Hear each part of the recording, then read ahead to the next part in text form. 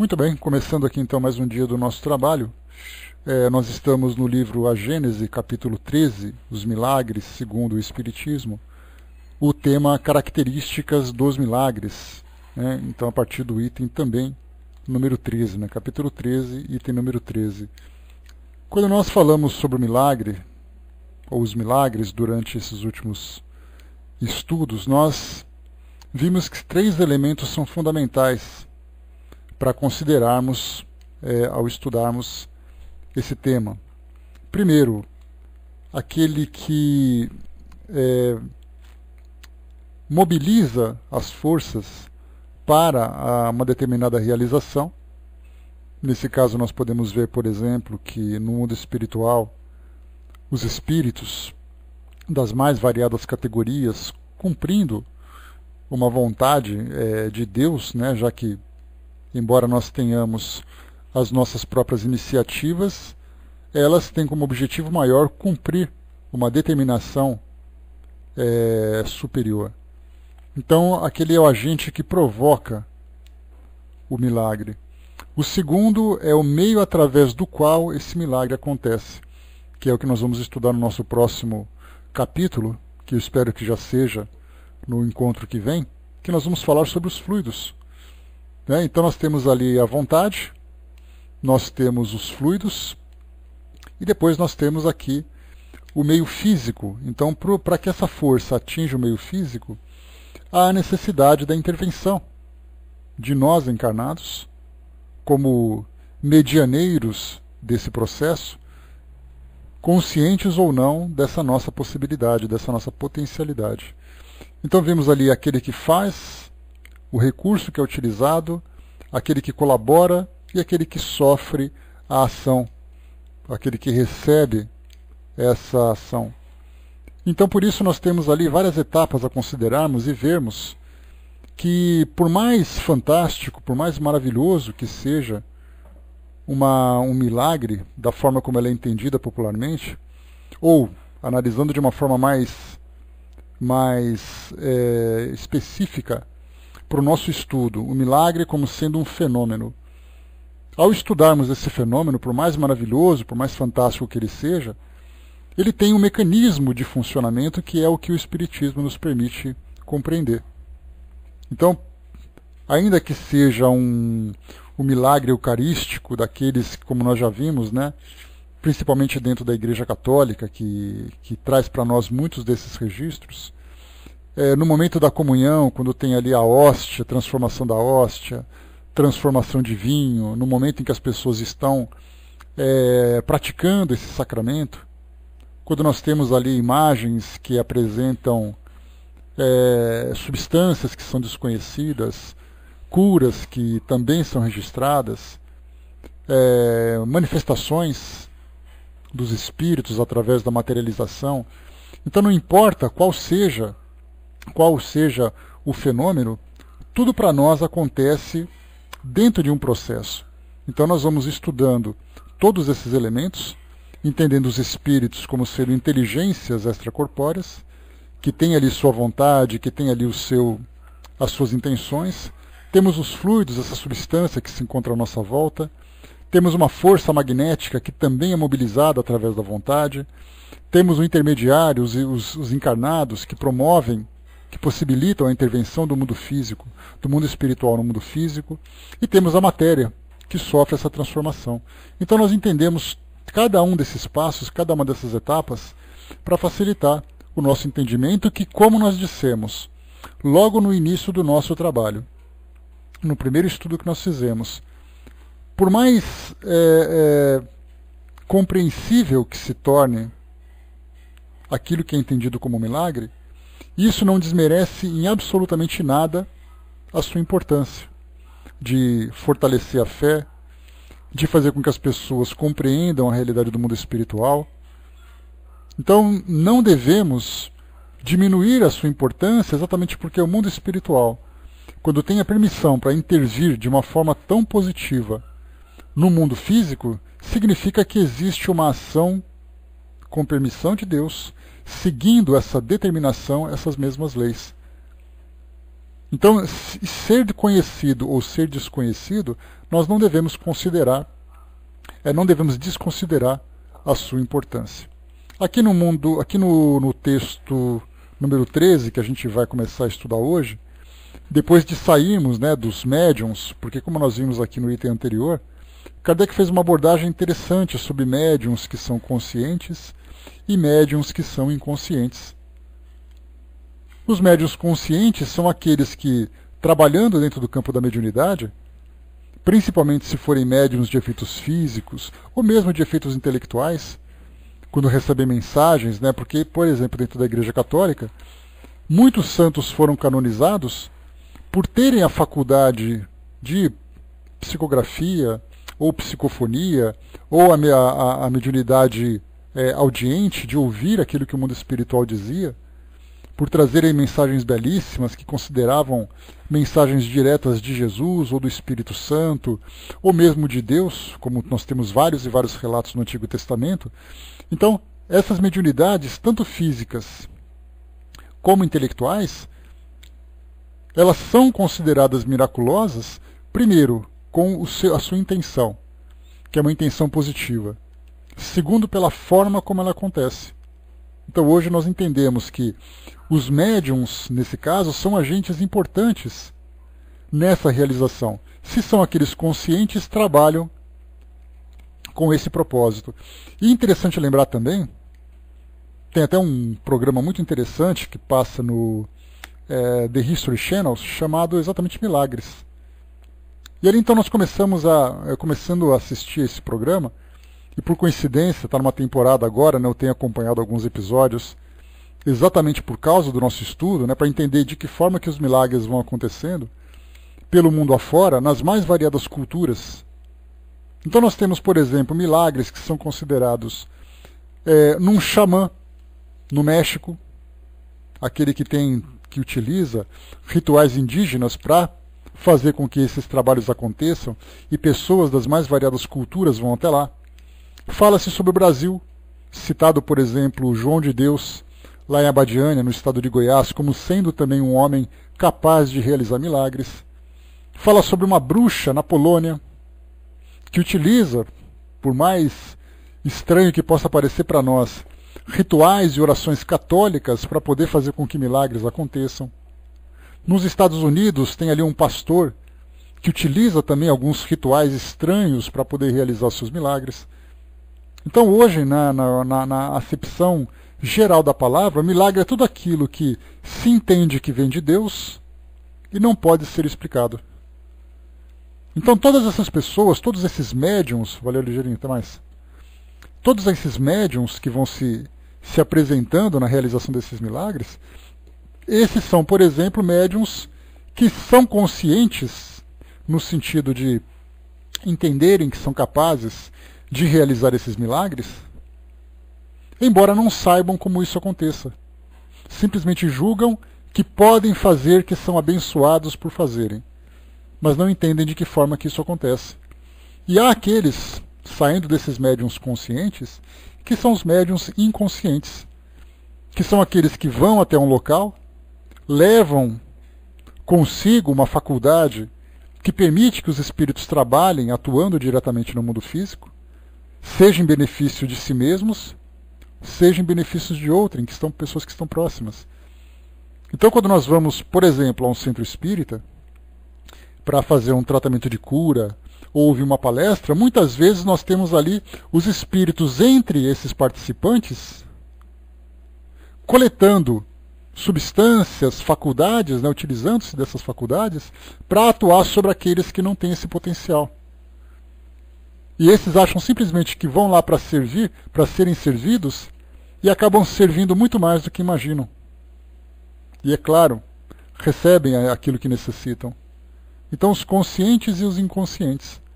Há em todos os lugares. Dá para imaginar, por exemplo, em breve nós teremos aqui no Brasil a comemoração do dia 12 de outubro, que é a comemoração do dia de Nossa Senhora Aparecida, né, dentro do calendário católico, que foi oficial durante muito tempo, mas comemora-se então o dia da padroeira do Brasil. E aqui em São Paulo, na cidade de Aparecida do Norte, nós temos ali uma quantidade significativa de pessoas que vão em procissão comemorar essa data. Dessas pessoas, muitas vão pedir milagres, outras vão agradecer milagres. Só que no momento em que elas estão presentes, mal sabem elas a quantidade de espíritos que estão ali presentes, atuando entre elas próprias, beneficiando aquelas que precisam e utilizando-se daquelas que têm esse potencial para poder realizar esses fenômenos. Então isso acontece em todo lugar. Num centro espírita, numa igreja, num templo, onde quer que nós tenhamos pessoas, independente de suas crenças, o potencial existe. O Wagner lembrou, né, existem tantas coisas na natureza que ainda fogem da nossa compreensão. É porque o que nós temos hoje de entendimento na natureza é aquilo que as nossas ciências físicas podem explicar. A química, a física e a matemática de um modo geral, e outras ciências que vão agora aparecendo. Mas aquelas que dizem respeito ao mundo espiritual, ainda não há uma ciência, vamos dizer assim, oficialmente instituída para poder explicar esses fenômenos. A mais próxima que chega a isso é exatamente a doutrina, pelo fato de ter se utilizado de uma metodologia científica para poder estudar os fluidos, estudar os médiums, estudar os espíritos, estudar os fenômenos de modo geral. Então nós conseguimos organizar dentro dessa metodologia uma forma de explicar, mas isso ainda, dentro do entendimento da nossa sociedade, ainda é um objeto de fé. Ou seja, quando você fala nos espíritos e você fala de um fenômeno mediúnico, você fala numa questão de acreditar ou não acreditar, e não dentro de uma realidade. E Kardec, quando fez esse trabalho lá no século XIX, ele teve uma preocupação muito grande de trazer para nós, de uma forma muito consistente, todos os passos que foram observados na realização daqueles fenômenos. O ambiente, o resultado, os agentes, os intermediários. Então, utilizando aquele sistema de observação, foi analisando então os efeitos para poder chegar às suas causas. Então, enquanto isso for um objeto de fé, nós não teremos na nossa ciência convencional uma aproximação com o mundo espiritual. Felizmente, daquela época de Kardec para cá, embora aqui no Brasil, como nós já vimos, houve uma mudança nas características das práticas espíritas, saindo mais do campo científico, filosófico e entrando mais no campo espiritual, religioso, pelas características que o Brasil tem dessa sua mistura religiosa, desse seu ecumenismo. Então mudou-se um pouco as características, mas nós tivemos, felizmente, associações de classe que foram criadas para fazer esse estudo.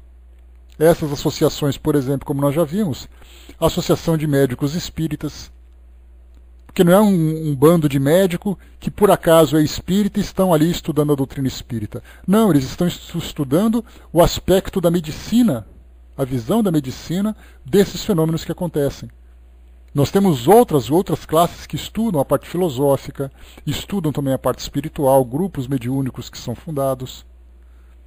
Então estão aí apresentando seus resultados, claro que muito aquém daquilo que nós gostaríamos, mas são desbravadores e tem todo ali merecem o nosso reconhecimento pelo esforço que estão demandando para desenvolver esses estudos, esses trabalhos. Então, estudando quem são os médiums, o seu aspecto psicológico, o seu aspecto psiquiátrico, o seu aspecto neurológico, analisando os fenômenos, essas energias que aparecem hoje, e nós temos não apenas dentro da doutrina espírita, mas outras também, outros grupos estudando isso, grupos de espiritualistas, outros estudando, nós tivemos recentemente uma publicação nas redes sociais que falava sobre a fotografia da alma. Um cientista russo fotografou, então, com câmeras especiais que detectam a temperatura do corpo, um paciente que estava em processo de desencarnação. Então ele foi fazendo fotografias, passo a passo, e depois ele foi fazendo uma comparação dessas fotografias para poder analisar de que forma que o corpo sofria transformações. E aí então ele chegou à conclusão de que era, na verdade, uma manifestação ali, um efeito do desprendimento da alma do seu corpo físico. Não estou dizendo para vocês que isso é uma ciência oficial, que isso é um resultado verdadeiro. Estou dizendo que são experimentações. Assim como já foi estudado também, né, a própria fotografia Killian, que também falava sobre aquele campo eletromagnético que envolve o nosso organismo. Peso, pessoas medindo peso para cá, peso para lá. Algumas tentativas, né, algumas experiências são tanto quanto contraditórias, mas são experiências que estão sendo feitas. Isso já é uma boa iniciativa. A gente lembra, né, que quando se estuda, por exemplo, a história da aviação, antes de nós chegarmos nos Irmãos Wright e chegarmos em Santos Dumont, nós tivemos as tentativas mais bizarras de voo que nós podemos imaginar. E quantos homens desencarnaram em acidentes para a tentativa de quebrar essa barreira do peso, né, dos nossos equipamentos para poder voar. Então, da mesma forma que acontece isso, quando a gente fala, por exemplo, sobre a eletricidade, dá a impressão de que Thomas Edison um dia acordou, pegou aquela pipa dele, né, aquele papagaio, ou sei lá o nome que se dê em cada região, colocou um pedaço de metal e de repente aconteceu um relâmpago, e ele então captou uma descarga elétrica e chegou à conclusão de que energia existia. Dá para a gente imaginar quantos homens foram eletrocutados nesse processo? Quantos navios afundaram com tentativas? Quantas cirurgias foram tentadas durante a história da medicina e pessoas morreram durante essas tentativas? No caso de estudar o mundo espiritual é a mesma coisa. A gente muitas vezes critica aqueles que tentaram, que fizeram experiências estranhas, mas na nossa ciência tradicional não foi diferente disso. Por isso, então, temos sempre que pensar que nós estamos tentando. Mas ainda, como o mundo espiritual é um objeto de fé, a ciência tradicional não tem a preocupação de se aproximar cada vez mais. Ou como deveria. Na última quinta-feira, né, nós tivemos ali o nosso tema livre e falamos um pouquinho sobre transcomunicação instrumental, que também é uma tentativa, através dos recursos tecnológicos que nós temos, de conhecer o mundo espiritual. Algumas vezes dá certo, outras vezes não dá. E vamos tentando, vamos aprendendo cada vez mais. Mas vamos esperar que a ciência realmente se interesse por isso. Mas muito bem, falamos sobre tudo isso para compreendermos cada um dos passos do fenômeno, como ele acontece.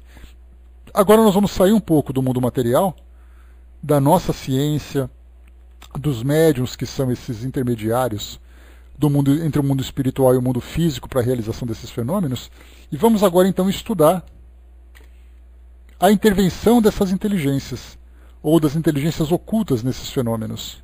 Então Kardec teve aqui a preocupação de estudar cada um desses aspectos, e nós vamos então a esse último aspecto aqui, que é exatamente os espíritos, né, para podermos depois no capítulo 14 falarmos sobre os fluidos, que também tem muita coisa para trazer para nós. Que depois ele precisou, no caso, né, Kardec, ele precisou de muito tempo para poder desenvolver um conteúdo para que se tornasse de fato objeto de estudos. Se nós pegarmos, por exemplo, lá no Livro dos Espíritos, ele menciona de uma forma muito superficial o fluido cósmico universal. Se nós ficássemos somente com o Livro dos Espíritos, nós não teríamos condições de conhecer exatamente quais são as características, quais são as funcionalidades, a utilidade desse fluido. Com o passar do tempo veio depois o Livro dos Médiuns, que nós entendemos sobre o perispírito, entendemos sobre os fluidos, nos processos principalmente de efeitos físicos, materialização, movimentação de objetos e tudo mais.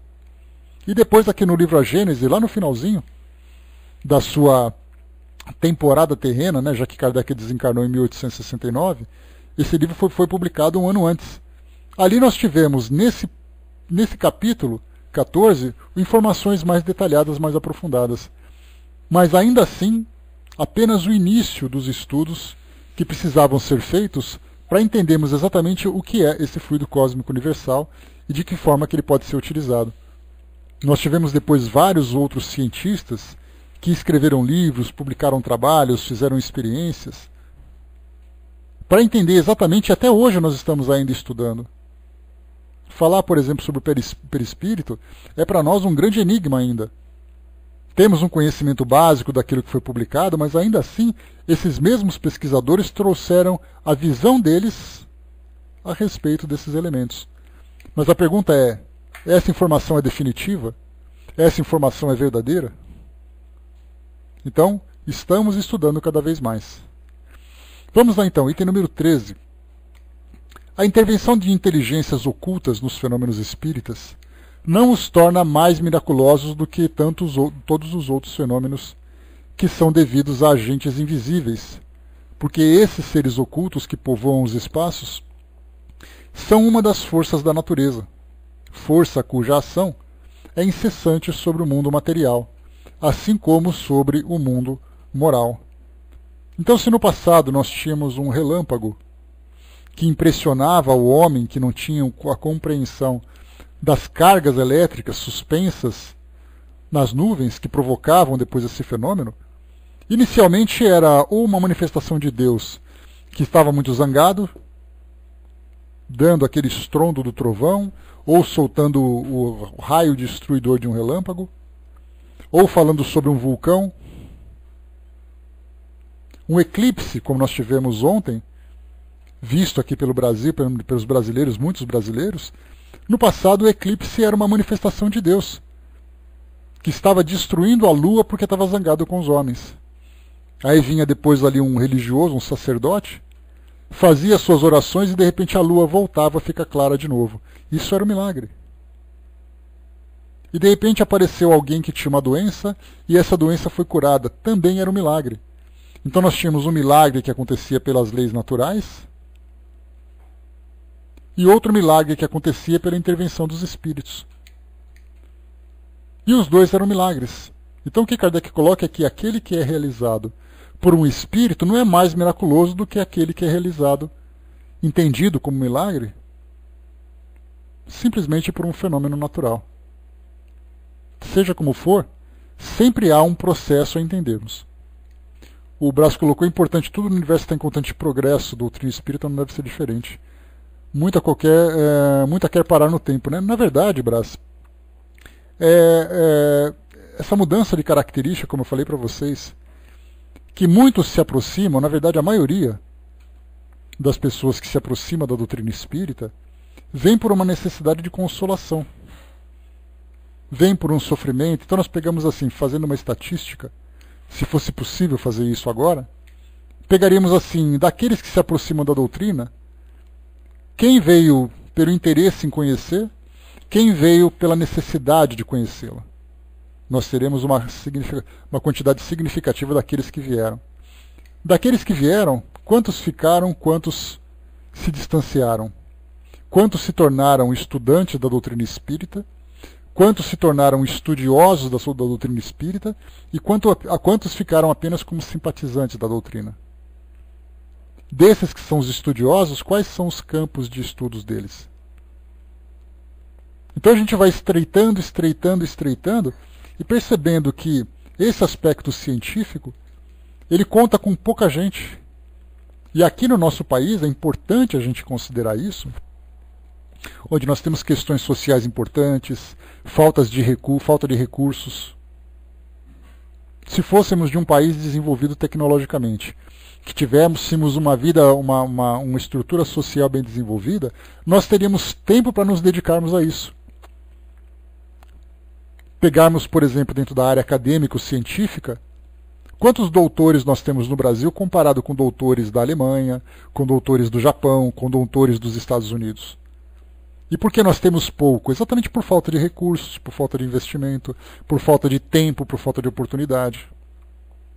Então, no caso da doutrina espírita, ela reflete exatamente essa questão social.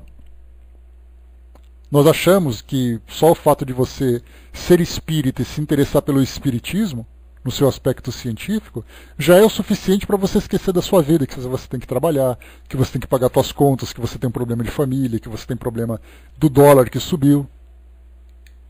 dá a impressão de que você vive num mundo paralelo. E não é paralelo, é uma realidade nossa. Então, se nós estivéssemos num ambiente mais favorável para essas pesquisas, certamente nós teríamos uma evolução muito maior nesse campo.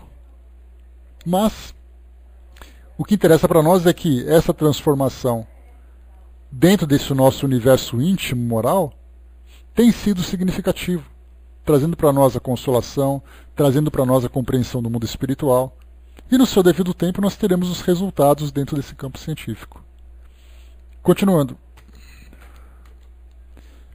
Esclarecendo-nos sobre essa força, a força no caso, que é a presença dos espíritos, o Espiritismo nos dá a solução de uma imensidade de coisas inexplicadas e inexplicáveis por outro meio, e que por isso, no passado, foram consideradas como prodígios, ou seja, algo que acontecia sem explicação dentro do campo do maravilhoso.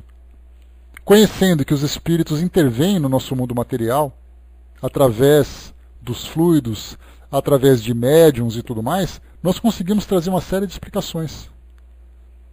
E não simplesmente imaginando que o maravilhoso aconteceu, simplesmente porque Deus quis. De um modo simples, de fato Deus quis. Só que da vontade de Deus até o fenômeno acontecer, nós tivemos ali, entre esses dois extremos, uma série de transformações e ações para chegar nesse resultado final. Então conseguimos explicar uma série de fenômenos que por outro meio não teria explicação, que seria apenas considerada aquela questão da vontade de Deus. Do mesmo modo que o magnetismo ele revela uma lei, se não desconhecida, pelo menos mal compreendida, ou melhor dizendo, os efeitos eram conhecidos, uma vez que ocorreram em todos os tempos, mas não se conhecia a lei, e foi o seu desconhecimento que gerou a superstição. Conhecendo essa lei, o maravilhoso desaparece, e os fenômenos entram no rol das coisas naturais. No caso do magnetismo, como a gente já viu, historicamente, lá no final do século XVIII, quando Anton Mesmer começou a fazer alguns experimentos, alguns estudos sobre o magnetismo animal, e obteve algum resultado, era moda na Europa naquela época, do século XVIII para o século XIX, pessoas abrirem consultórios como magnetizadores. Da mesma forma que nós temos hoje massagistas, terapeutas, fisioterapeutas, pessoas que trabalham em clínicas esotéricas, trabalhando com reiki, por exemplo. Então as pessoas abrem hoje clínicas para fazer esses tratamentos alternativos, essas terapias alternativas, ou complementares, se assim preferirem. Naquela época os magnetizadores faziam isso. Eles trabalhavam então utilizando essa força. E isso não tinha nada a ver com religião. Kardec, antes de conhecer a doutrina espírita, ele teve contato, com as mesas girantes de 1854 para 55. Antes disso ele já era um magnetizador. Tanto que quando ele viu a mesa, a primeira resposta que ele teve para aquela mesa se movimentando foi exatamente a força do magnetismo. Só que aí ele foi estudando e disseram para ele, mas a mesa não está apenas se mexendo. A mesa está respondendo perguntas. Aí então ele falou, peraí, alguma coisa estranha está acontecendo. Foi aí que ele começou então a estudar. Então essa formação de magnetizador dele foi fundamental para o entendimento dos fenômenos espíritas que estavam acontecendo. Então naquela época tudo se falava sobre magnetismo. E era algo que acontecia de fato. Hoje nós vemos o magnetismo falando sobre cura prânica, falando sobre energias de cristais, energia da música, energia das flores, do cheiro, energia do sabor, energia de tudo. Mas na época atual nós não temos mais a preocupação de estudar o magnetismo, como se estudava naquela época. Foi simplesmente uma descoberta que caiu em desuso, infelizmente. Então quando nós vemos Kardec falar sobre magnetismo e magnetizadores, hoje nós não vemos mais isso no nosso meio. Foi algo que, se tivesse sido estudado com mais profundidade, nós teríamos hoje um conhecimento muito maior a respeito desses fenômenos que intervêm no mundo físico. Mas, conhecendo então naquela época os fenômenos, pensando, por exemplo, a gente vê muito isso em espetáculos de mágica, quando se fala sobre hipnotizadores. A gente vê na televisão, né, aqueles homens que hipnotizam uma pessoa, ela fica deitada, apoiada apenas sobre 2 cadeiras, ou ela fica em pé de um jeito que não cai, sei lá, alguma coisa que aparece na televisão. Aquilo é indução magnética, muitas vezes, para poder fazer com que o indivíduo entre num estado de transe. Só que aquilo acabou virando, na verdade, objeto de brincadeira. Porque vocês percebem que isso sempre traz um tom de brincadeira, de curiosidade. Perdeu-se a seriedade com esse fenômeno, ou com esse elemento que é o magnetismo. É esse dentre os outros, né? Mas a gente vê que isso se tornou, na verdade, uma parte de um espetáculo de mágica, dessas brincadeiras de entretenimento, sem fazer com que a coisa se torne séria. Se isso se tornasse sério, desde a época de Kardec não caísse em desuso, nós teríamos hoje a medicina tradicional, acrescentando, junto com a medicação, junto com as cirurgias, também a aplicação magnética. Não se trabalha hoje estimulando pontos no corpo através da acupuntura? Alguns médicos que utilizam tratamentos paralelos, que inclusive são até julgados pelos seus pares, pelo fato de utilizarem um método que não é científico, fazem aplicação do Reiki, profissionais da medicina, para ajudar no tratamento médico. E o que é o tratamento de Reiki? Tem ali todo o seu entendimento esotérico, de você canalizar energias do universo e tudo mais, mas estudando, sabendo que todos nós temos a possibilidade de emanar esse tipo de fluido, nós temos ali então a aplicação magnética. A aplicação magnética tendo ali as características do próprio aplicador, do próprio magnetizador, somada também com essa força do mundo espiritual que também faz com que esse tratamento seja um tratamento mediúnico. Tendo o médico consciência ou não disso que está sendo feito. Temos muitos médicos que, diante de uma situação, falam para a pessoa, olha, se o médico é espírita, naturalmente, ele diz assim, olha, vai a um centro espírita tomar um passe, que isso vai te fazer bem. E os médicos encaminham. E o paciente, tendo essa abertura, vai até um centro espírita tomar um passe como uma recomendação médica. Claro, aliado ao tratamento quimioterápico, à terapia que a medicina indica. Mas ele complementa com essa força magnética porque o médico, tendo esse conhecimento, sabe que essas energias vão também colaborar para o efeito desejado. Então hoje nós temos uma medicina que é uma medicina física. Mas nós temos muitos grupos que estudam medicina espiritual. Essa medicina espiritual tem como elemento principal o magnetismo. Seja do próprio magnetizador, como nós dissemos, seja com a colaboração do mundo espiritual, se tornando, nesse caso, um tratamento mediúnico. Mas isso já não é mais algo frequente no nosso grupo, é uma exceção. No nosso mundo hoje é uma exceção. Agora imaginemos se a medicina tivesse conhecimento sobre essas energias e trabalhassem com ela efetivamente, estudando, trabalhando as suas aplicações. Dá para a gente imaginar que nós não teremos apenas mesas de cirurgias, teremos também mesas magnetizadoras. Não temos aí travesseiros e colchões e outros acessórios que trabalham com ímãs? Esse não é o magnetismo animal, mas é um magnetismo, podemos dizer, material.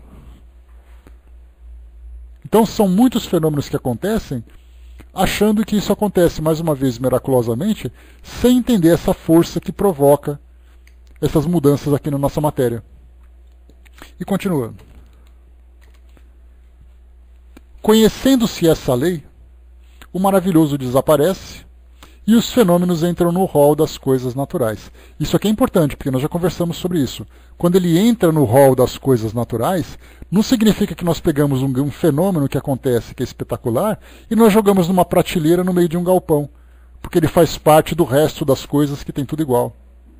Nós temos que valorizar cada fenômeno como sendo uma intervenção do mundo espiritual com um objetivo muito especial, de fortalecer a nossa fé, de um auxílio que é prestado. Então não é mais um milagre que aconteceu ou mais um fenômeno. Cada fenômeno tem ali o seu valor. E é isso que, quando nós estudamos, nós temos que sempre deixar claro. Não podemos desvalorizar um fenômeno pelo fato dele ser semelhante a outro. Alguém diz assim, eu fui curado de uma doença. O outro diz assim, eu também fui curado de uma doença. Ah, então está todo mundo sendo curado, não é mais novidade. Cada cura dessa, os espíritos fazem um esforço enorme para isso. A Cindizinha colocou, quando estive no hospital, a diretora da UTI autorizou que eu fizesse em paralelo um tratamento de reiki, né, quando um fitoterápico. Tanto um de reiki quanto um fitoterápico, né, foi muito bom. Sim, hoje a medicina ela vem estudando cada vez mais, mas é interessante que eu me recordo que a minha mãe teve um problema no ombro e ela então consultou naturalmente ortopedistas para saber o que podia ser feito para amenizar ou curar aquele problema que ela teve. Hoje, felizmente, ela não tem mais nada. Mas nós tínhamos a característica assim de dois profissionais diferentes. Um era um ortopedista clínico, o outro era um cirurgião ortopédico. Aí você vai para os dois, qual a opinião que cada um vai dar? Um indicou a fisioterapia como tratamento, o outro indicou a cirurgia como tratamento. E por que isso tudo? Porque o cirurgião vai indicar o quê? A cirurgia. Porque a visão que ele tem da medicina, da cura, é através dessa intervenção direta, desse tratamento invasivo para fazer essas mudanças. Aquele que é clínico tem um conhecimento mais sutil, menos agressivo. Mas os dois apresentam suas soluções de acordo com a sua visão. No caso de um médico, se ele tem assim, um entendimento mais espiritualizado, um entendimento mais alternativo, ele vai tentar utilizar todos esses recursos para chegar nesse objetivo. E não simplesmente assim, a pessoa chegou com dor de dente, opera. Calma, vamos olhar primeiro o que é. Vamos ver quais são as opções que se tem. Então a hipnose, a fitoterapia, o reiki, a homeopatia, a acupuntura, são hoje terapias alternativas, ou melhor, hoje é chamada de terapias complementares, porque terapia alternativa desmerecia o valor dessas terapias, né? Então são hoje vistas como complementares, tentando conquistar o seu espaço, mas ainda não tão reconhecida não somente pela medicina, como pela própria população, pelas pessoas. Eu mesmo, durante um tempo trabalhando em hospitais, trabalhando num centro de terapia intensiva, para mim o que interessava era um bisturi ou então uma medicação. Quando eu precisei de um tratamento, falaram assim, olha, toma aquelas gotinhas de homeopatia que faz bem. Aí eu torci o nariz falando assim, mas espera aí, para mim o que vale são os comprimidos, são as injeções, ou é o bisturi. Ficar tomando gotinha não serve para nada. Aí eu tive que desintoxicar minha mente daquela visão que eu tinha dos tratamentos para poder aceitar essas alternativas. Aí depois comecei a conhecer a acupuntura, comecei a conhecer florais, comecei a conhecer a homeopatia. E aí eu vi assim que o bisturi, a injeção e o comprimido não eram apenas os únicos recursos que se tinha. Então nós acabamos ficando meio condicionados a isso pelos hábitos que nós temos. Isso tem um lado bom e tem um lado ruim. Porque tem pessoas que só acreditam nesses tratamentos complementares e acabam fugindo dos tratamentos convencionais, que muitas vezes são os mais importantes para aquela situação que ele está vivendo. Não temos pessoas que vão a centros espíritas buscar ajuda, fugindo da medicina? Ela diz assim, olha, eu tenho um câncer e o médico disse que eu tenho que operar, mas eu tenho fé que eu vou ser curado. E a pessoa não faz, a doença vai progredindo, chega uma hora que não tem mais tratamento. Então nós temos que saber lidar com aquilo que o mundo físico oferece e aceitar aquilo que também o mundo espiritual oferece. De uma forma equilibrada, mas para nós ainda é muito difícil. Porque não existe ainda uma aproximação entre essas duas áreas, a área material e a área espiritual. Parece que as duas estão concorrendo. Ou você é uma coisa ou você é outra. E elas não se complementam para poder ajudar aqueles que precisam. Vamos ver, né? O Negrão colocou, a medicina reconhece a obsessão espiritual. Negrão, essa parte ela é um pouco complexa, porque na verdade ela reconhece a obsessão espiritual como sendo um estado da mente da pessoa. E não simplesmente que os espíritos intervêm. Isso que se encontra inclusive lá no código, né, de doenças, né, no livro de código de doenças, que mostra no CID, né? Então, e nesse CID, que é o Código Internacional de Doenças, mostra para nós ali no capítulo, acho que é F14, se não me engano, mostra exatamente a possibilidade de intervenção espiritual, mas como sendo algo mental, e não algo efetivamente espiritual. Porque é aquilo que eu falei para vocês se lembram disso, nós não podemos considerar nenhum efeito dos espíritos como sendo oficial se nós não reconhecemos inicialmente a existência dos espíritos. Então a medicina não aceita que exista espírito dentro de um organismo. Então não é possível aceitar uma obsessão espiritual. Então isso na verdade é uma doença psiquiátrica, não é uma aceitação oficial disso. F44.3, obrigado, Negrão. CID-10, não 14, né? CID-10. Então ela reconhece a alteração mental de um indivíduo que acredita, por exemplo, numa obsessão espiritual. Mas é difícil você acreditar numa obsessão espiritual se você não considera o elemento principal, que é o espírito. O El colocou, né, no centro que frequenta tem aplicação de reiki toda sexta e sábado, mas é explicado que não tem relação com a doutrina, só utiliza o espaço do centro nos dias que não tem atividades. Né? Aparecem pessoas de todas as crenças para receber o reiki. Eu já vivenciei uma situação semelhante, o El, quando num centro espírita era aplicada a cromoterapia. E isso também gerava uma confusão, que cromoterapia não é doutrina espírita, então não deve fazer uma coisa com a outra. Gerou um debate que acabou. Né? O que importa, na verdade, eram os benefícios que eram prestados para aquelas pessoas que buscavam assistência, utilizando o espaço para oferecer essa assistência, e não simplesmente confundir uma coisa com a outra. Isso é bastante delicado também. No passado nós tínhamos centros espíritas que promoviam curas espirituais, e nesse caso das curas espirituais, nós tínhamos ali o exercício legal da medicina. E aí, então centros espíritas tiveram que parar de trabalhar com isso. Era um médium que não era médico, que prescrevia um remédio por influência dos espíritos, e aí depois perguntava, quem escreveu essa receita? Foi o fulano de tal. Ele é médico? Não, então ele está exercendo legal a medicina. E aí então eles começaram a utilizar médiums, para fazer essa prescrição. A Ana colocou se há casos de cura de câncer. Sim, há relatos, né, Ana? Não tem como negar isso. O que eu comentei sobre o câncer nesse caso foi que muitas vezes o indivíduo dispensa um tratamento médico, complementando o tratamento espiritual, motivado apenas pela fé.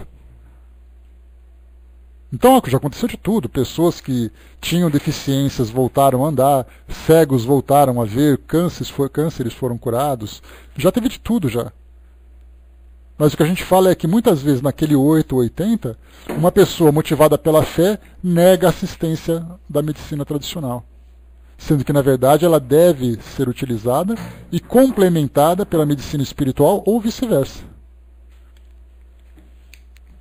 Então, doença da alma, né? Não é uma obsessão nesse sentido. Então tem que tomar muito cuidado com isso. Eu cheguei a conversar com o Dr. Alexandre Moreira Almeida, que é psiquiatra, que fez inclusive um estudo, nós tivemos a oportunidade de conversar com ele aqui. Ele é lá um dos coordenadores de pesquisas da Universidade de Juiz de Fora, exatamente sobre essa questão do CID-10. Aí ele falou exatamente isso, que no caso a medicina entende isso como sendo uma doença psíquica e não um efeito específico dos espíritos, já que a medicina não reconhece a existência dos espíritos.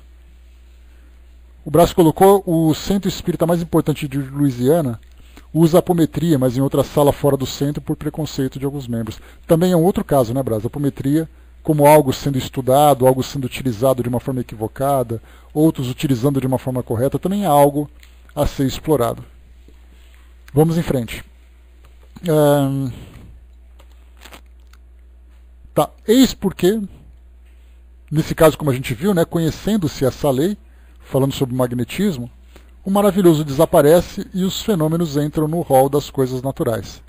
Eis porque os espíritas não realizam milagre quando fazem com que uma mesa se mova sozinha ou com que os mortos escrevam, assim como o médico quando faz com que o moribundo reviva, ou um físico quando faz com que um raio caia. Aquele que pretendesse fazer milagres, com o auxílio dessa ciência, seria ou um ignorante no assunto, ou um enganador de tolos. Então ele coloca para nós aqui uma situação interessante, que muitas vezes o indivíduo se utiliza de uma substância, de um conhecimento, que faz parte da ciência tradicional, como sendo um milagre. Nós não vemos naqueles filmes do passado, quando indivíduos vendiam um tônico miraculoso, ou então que você vai numa instituição religiosa e vendem aquele vidrinho de água sagrada?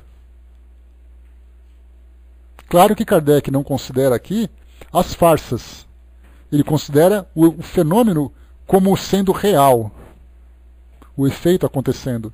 Mas o que ele coloca para nós aqui é exatamente de que modo que aquele que pratica esse milagre chega até o efeito desejado. Então o indivíduo tem uma fórmula mágica. Por exemplo, vamos criar uma situação aqui. Eu sou alguém que conhece a mente humana, supondo que eu conhecesse naturalmente, e aí então eu sei que o efeito placebo é algo muito efetivo em algumas curas. O efeito placebo, como a gente lembra, é você oferecer para alguém uma substância que não provoca nenhum efeito, mas fazendo com que aquela pessoa acredite naquele remédio. Então é muito comum em hospitais você dar comprimido de farinha, ou propositadamente, num caso de um indivíduo que apresenta, por exemplo, a hipocondria. Você dá o comprimidinho para ele ali de 6 em 6 horas, e ele se sente muito bem por isso. Ou então você dá um copinho de água com açúcar e fala para a pessoa, olha, toma isso daqui que isso aqui vai te fazer bem. Ele toma e fala, nossa, eu estou me sentindo ótimo. Porque ele, na verdade, foi induzido a promover essa sua autocura. Então, nesse caso, se eu conheço esse fenômeno, conheço a capacidade de manipular a mente das pessoas, eu crio então um monte de vidrinhos e falo para vocês, já chegamos aí, Wagner, e falo para vocês, essa água veio lá do Rio Jordão, onde Jesus foi batizado. Toma essa água, que ela é a água do milagre. Você toma e a sua mente faz o resto. Nesse caso, eu utilizei de um conhecimento, e aí então foi má fé da minha parte. Ou outras vezes eu posso, motivado, por exemplo, pela minha própria fé, fazer uma oração para uma pessoa. É o que acontece, por exemplo, dentro dos trabalhos de capelania realizados em hospitais, onde nós temos grupos de evangélicos, de católicos, de espíritas, que visitam os pacientes e fazem as suas orações. Esses grupos vão motivados pela fé, mas dá para a gente imaginar os espíritos utilizando essa abertura na mente das pessoas, os fluidos que são oferecidos, para auxiliar num determinado trabalho de cura. E aí alguém diz assim, olha, mas foi, na verdade, a tua fé que te curou. Foi a tua fé que aceitou a possibilidade da cura e mais os bastidores que ofereceram essa assistência sem que a pessoa tivesse essa percepção. Então tudo isso acontece. Jesus mesmo naquela época, quando nós estudamos as suas passagens, nós lembramos que quantas curas foram realizadas e quantas vezes foi dito isso? A tua fé te curou. Mas a fé por ela própria não foi suficiente, porque ali nós tínhamos um médium de cura muito poderoso próximo. Então a combinação da sua aceitação, mais a ação de um fluido, mais a ação de uma força, tudo isso combinado promoveu então aquela alteração. Então a gente lembra que a fé por si própria, ela faz com que a pessoa se cure, quando depende da mente dela. Mas quando ela depende de assistência exterior, a fé dela faz com que ela se torne mais sugestionável, mais suscetível a essas alterações. A Tiene colocou, né, funciona assim com a água magnetizada do centro espírita. Acontece. Acontece sim. Você vai, por exemplo, a água é uma substância universal. Ela pode ser magnetizada, algo que nós não compreendemos ainda como acontece. A gente fala de teoria, a gente fala de superfície. Aquela energia impregnada naquela substância, quando direcionada para aquela pessoa, substâncias com características específicas para aquele indivíduo. E aí então ele toma aquela água, aquela energia faz aquele trabalho, a mente dela colabora porque também é um objeto de fé. Então o passe, a água magnetizada, a vontade da pessoa, aqueles agentes invisíveis que trabalham em prol dessa cura, tudo isso é combinado. Então quando a gente acha que o milagre acontece com facilidade, dizendo assim, mas isso aí é muito simples, foi um espírito que foi lá e transformou. Nós estamos considerando algo superficial que tem uma profundidade enorme, que nós nem sequer imaginamos a combinação de fatores e elementos que são necessários para que aquilo aconteça. E aí nós não fazemos nem ideia. A gente está assim. Quando nós chegarmos, André Luiz teve a oportunidade de fazer alguns relatos sobre passes, sobre tratamentos espirituais. E ele tentou, com todo o esforço, trazer para nós uma descrição daquilo que ele viu. E ainda assim com muita dificuldade. Quando nós estivermos lá, a gente vai ficar olhando muitas vezes alguma coisa acontecendo e fazendo aquela cara de ué. O que será que ele está fazendo? E aí então cabe, o estudo que a gente vai ter que realizar, o entendimento disso tudo, para saber exatamente de que forma que nós vamos manipular essas energias, ou quando nós tivermos oportunidade de nós mesmos realizarmos essa ação. A gente assiste, por exemplo, ao filme Ghost, O Outro Lado da Vida, quando a gente lembra, o personagem Sam, quando ele estava andando de metrô e encontrou aquele espírito que estava ali vagando, E ali então ele conseguia realizar alguns efeitos físicos. Ou quebrava a janela, ou rasgava o jornal, ou quebrava ali a vidraça daquela maquininha de cigarros, ou chutava a latinha. Qual a explicação que ele deu? Você tem que ter aquela vontade que sai do estômago, o espírito disse. Simples assim. E aí, analisando hoje com aquilo que a gente conhece, dá para imaginar a moedinha, por exemplo, Então tudo isso a gente pensa assim, mas é fácil. É só você ter uma vontade que você faz isso. Espera lá. A vontade é uma força motriz importante. Mas e o resto? Que o filme não falou porque não é um filme espírita, não tinha obrigação nenhuma de falar. A Angelina colocou lá em cima, a sintonia de quem recebe o tratamento é muito importante. Sim, como eu falei para vocês, é uma combinação de fatores. Quais são esses fatores? Vamos listar aqui só para a gente poder pensar. A vontade de quem recebe, a capacidade de quem intermedia ou intermedia, as forças ocultas ou forças invisíveis, sejam também inteligências, sejam fluidos, e mais um elemento importante, o merecimento. Eu me recordo de um vizinho cuja esposa tinha um câncer avançado. E eles estavam já desenganados pelo médico, porque ela fazia quimioterapia. Para quem já conviveu com alguém que viveu essa doença, ou já viveu essa doença, sabe o quão desgastante isso é para a pessoa e para a família toda. E aí então os cabelos caíram, o corpo foi perdendo forças e tudo mais.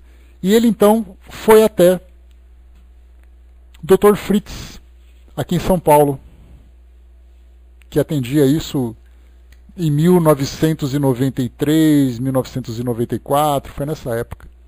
E ele levou a esposa no Dr. Fritz para fazer uma cirurgia espiritual. Obrigado, Cindizinho. Só que a cirurgia acabou não trazendo o resultado que se esperava. Pouco tempo depois, a esposa dele desencarnou. E aí foi em casa e falou assim, mas aquele lá é um charlatão. Aquele lugar não presta para nada. Minha esposa foi lá, eles falaram, fizeram mó circo e não deu em nada. Então a gente pensa assim, vai naquele momento do desespero, vai muitas vezes numa situação em que a doença está avançada, vai muitas vezes em que a pessoa deve desencarnar naquela época porque chegou o seu momento, e aí então nós nos rebelamos porque o resultado não foi atendido. Então nós temos uma série de elementos que devem ser considerados nessa época. Isso que era mais importante. A Ana colocou, fé em Jesus implicava um reconhecimento do poder e majestade por parte do pedinte, e até mesmo merecimento também, mas como naquela época a gente imagina isso, claro. Como naquela época Jesus estava fazendo uma demonstração de fé para as pessoas, muitas pessoas que muitas vezes nem tinham merecimento, acabavam sendo um objeto de fé para outras pessoas próximas. Mas tudo isso é considerado. E a nós, com toda certeza, a gente não tem condições de fazer nenhum tipo de julgamento. Quem pode, quem não pode, quem deve, quem não deve, quem merece, quem não merece. Isso aí não é da nossa alçada. Na verdade, nós estamos longe de fazer qualquer tipo de julgamento, mas só de entender toda essa combinação de fatores para que aquilo aconteça, o próprio, por exemplo, a promessa que uma pessoa faz. Como eu falei para vocês nessa época do dia da padroeira, nós temos procissões de pessoas que vão até a Aparecida do Norte ou vão em outras igrejas, né, para poder pedir ou pagar alguma promessa, e muitas vezes essa promessa envolve sacrifício físico. A pessoa vai de joelho, a pessoa vai a pé, vai carregando uma cruz. Para quem... Santuários, obrigado. Não, essa palavra não me veio. Então elas vão até esses santuários para poder exatamente encontrar esses objetos de fé. Então, para quem nunca assistiu, na década de 1950 e 1960, saiu um filme brasileiro chamado Pagador de Promessas. Um filme premiado, inclusive, que mostra isso. O indivíduo que queria levar uma cruz para dentro de uma igreja e o padre não quis deixar ele entrar com essa cruz. E aí todo o filme rola em cima dessa tentativa dele, mas mostra à volta várias e várias pessoas querendo cumprir suas promessas para receber uma dádiva.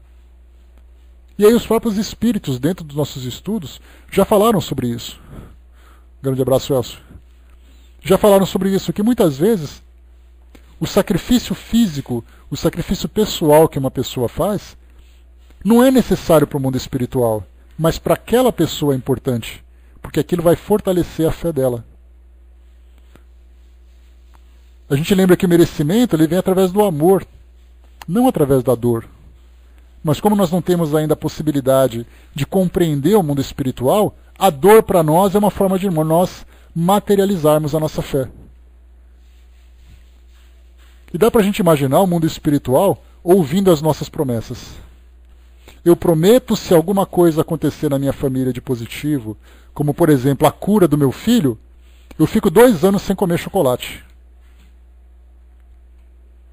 Exato, exato. Eu paro de tomar Coca-Cola se o meu filho arrumar um emprego. E os espíritos falam, meu Deus. Mas o que vale na verdade é a motivação, é a fé que a pessoa tem. Vivendo no mundo material sem conhecer o mundo espiritual, nós fazemos troca com aquilo que para nós tem valor. O Zé colocou aqui, nem mora atualmente na estrada, que é a caminho da fé. Passam por aqui milhares de romeiros a pé em direção à Aparecida. Quer dizer, Zé, é só olhar pela janela e ficar apreciando tudo isso que a gente está conversando sobre o que passa na mente das pessoas, a questão da fé, a questão dos espíritos trabalhando junto com aquelas pessoas, enfim. Subir de joelhos escadarias da Igreja da Penha, lavar a escadaria, pagar penitências. São formas de professar a fé que aquelas pessoas abraçaram. Não lembro se foi a moça Patrícia, em um de seus livros, narra um trabalho de equipe, analisando preces e merecimento de cada, né? Pode ser ela, pode ser o Luiz Sérgio, são 2 espíritos que costumam fazer isso, né, Brás? Mas dá para entender também, isso é absolutamente lógico. Se nós estivéssemos no mundo espiritual, trabalhando junto aos encarnados para prestar essa assistência, dá para a gente imaginar o que eles ficam analisando. O que a pessoa pede, se é algo realmente útil ou se é uma futilidade, o sacrifício que ela oferece, a penitência que ela paga, o merecimento que ela tem. Tudo isso tem grande valor dentro desse campo da fé. Deixa eu correr mais um pouco aqui para a gente continuar. Falei para vocês que a gente ia terminar hoje, né? Sonho nosso isso. Vamos em frente. Uma vez que o Espiritismo repudia qualquer pretensão às coisas miraculosas, haveria milagre fora dele na sua acepção usual dessa palavra? Ou seja, a doutrina traz para nós explicação sobre uma série de fenômenos. Quer dizer então que para os espíritas milagres não existem. E para o indivíduo de uma outra crença o milagre existe? É a pergunta que Kardec faz. Eu nem consigo também, viu, Regina?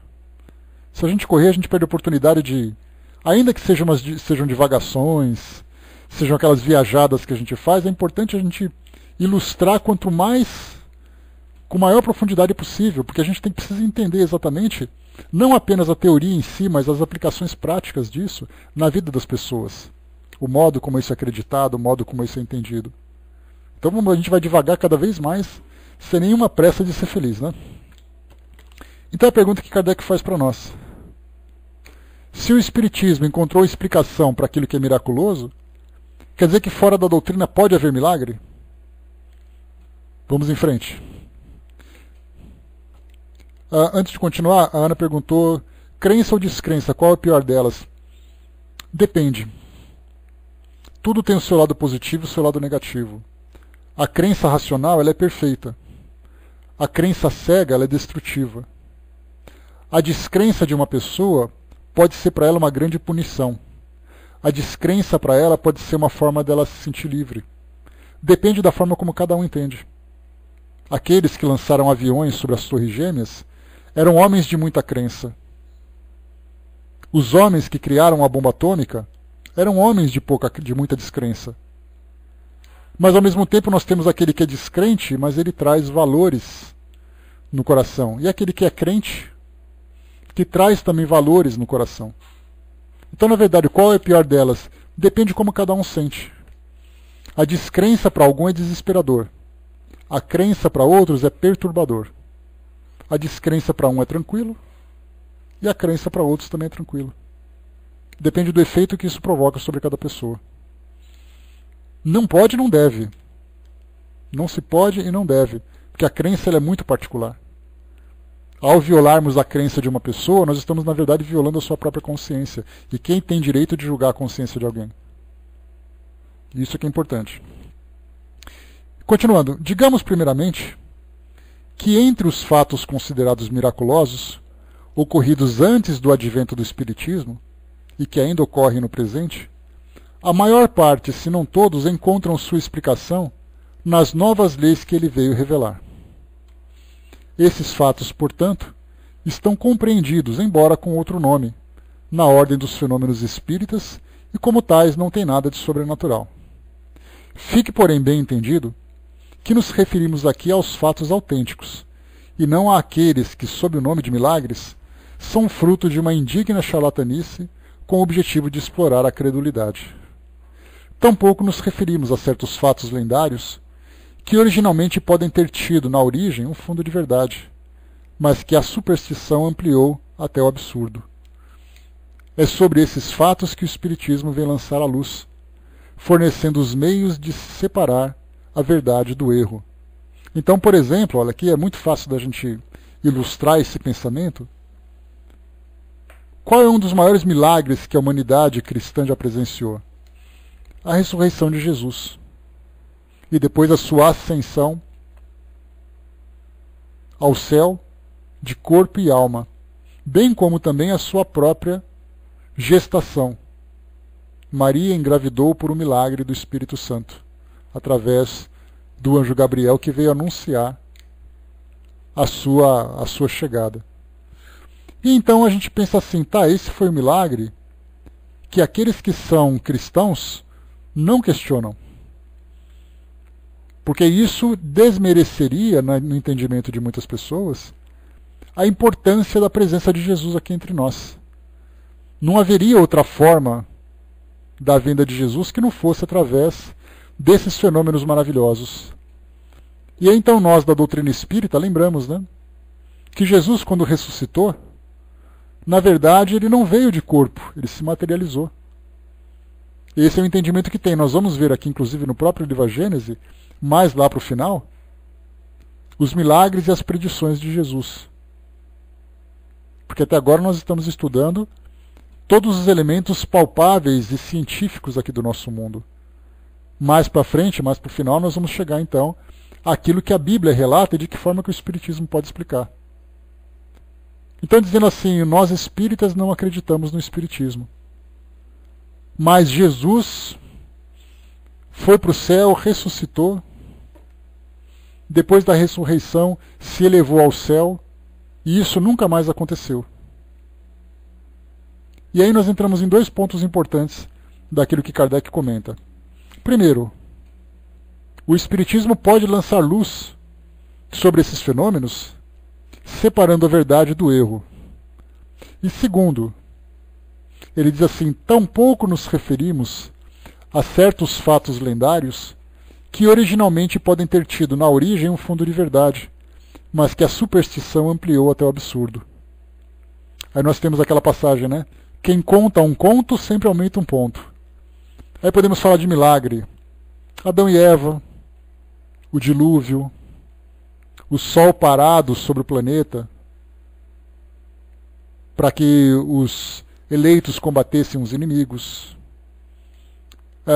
o nascimento de Jesus novamente, a ressurreição de Jesus novamente, Paulo de Tarso, nas portas de Damasco, tantos e tantos e tantos outros que foram contados através daqueles livros considerados sagrados, mas que foram potencializados em nome da fé. Dizer que, por exemplo, Sodoma e Gomorra foram banidas do planeta através daquela tempestade de enxofre, estátuas de sal. O dilúvio, 40 dias e 40 noites, somente ficaram vivos os familiares de Noé e um casal de cada animal. Isso é objeto de crença que não se questiona para muitas religiões cristãs. Como também outros fenômenos. No budismo nós temos ali os milagres, em que Buda foi protegido por uma serpente.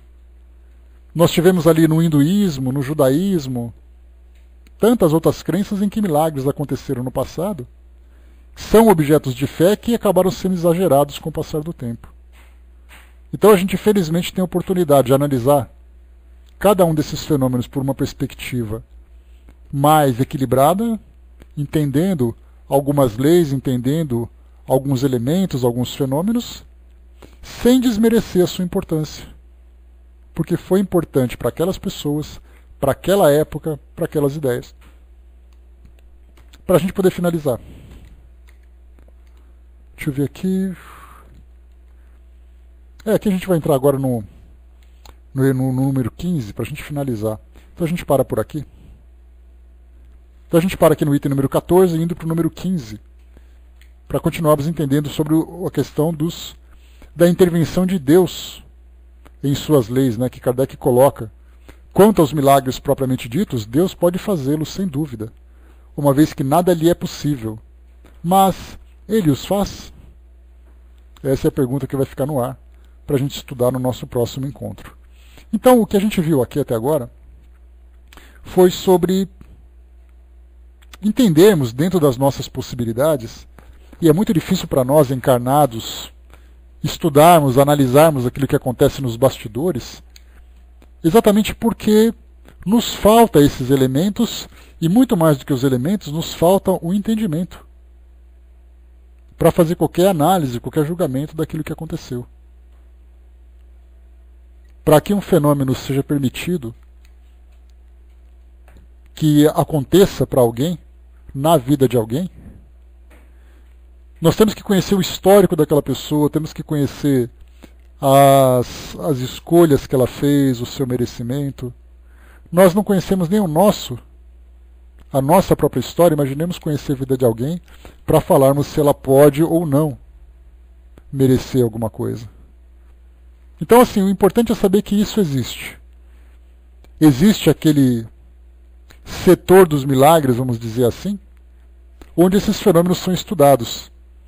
Quem de nós tiver possibilidade de, ao chegar no mundo espiritual, conhecer isso de modo mais profundo, ótimo. Quem não tiver oportunidade, vai continuar ainda estudando na teoria.